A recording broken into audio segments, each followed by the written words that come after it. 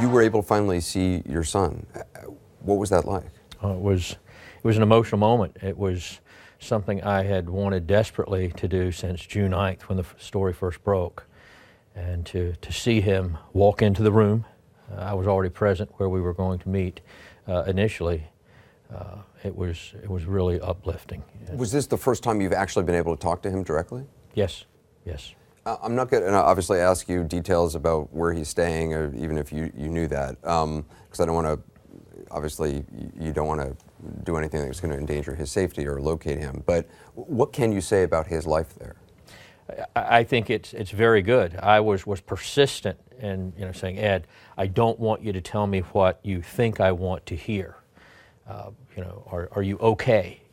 I wondered, where he lays his head at night. Every night when I go to bed, is he laying his head on a dirt floor? Well, he's living very comfortably, and he has quite a support system. And unlike many people have suggested that he's under the control of the Russian government or the FSB, that is absolutely not the case. He made clear in the recent interview in the New York Times that he says he absolutely did not give any information to the Russians, that he didn't actually even have any of the classified documents on him when he left Hong Kong, and he did that consciously, that he'd given them away, and he's quite confident the Chinese were not able to get a hold of them because he himself was involved in looking into the Chinese intelligence capabilities. Did he talk to you about that?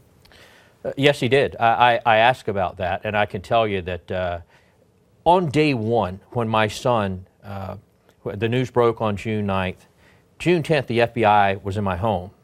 And I specifically told them that there was no question in my mind. Of course, this is a father talking, but I know my son. I said, my son would die before he would sell secrets to a foreign government that would harm his country. I know that for a fact.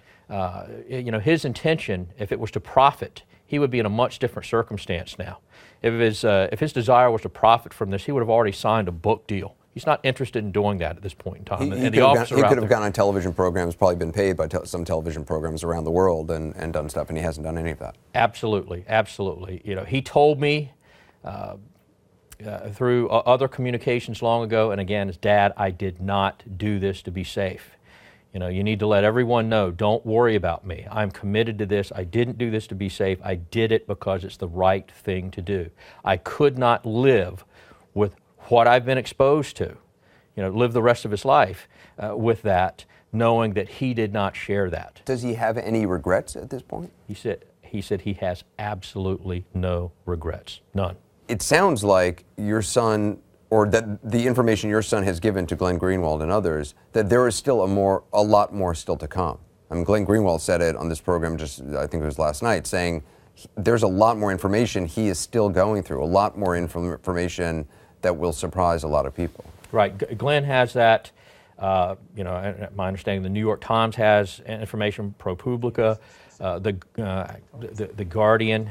So yes, my understanding is there is much, much more to come.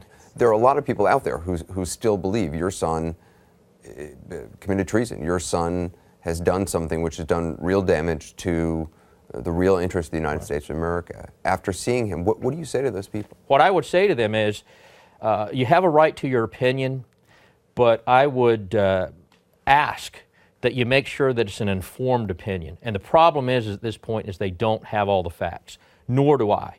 But I know that I've spent hours upon hours every day researching articles, vetting the truth, researching companies. There's far more to this that's going to be touched. Are you proud of your son? I am absolutely proud of my son. Proud of him, it could bring me to tears. I'm so proud of my son because I know what he sacrificed.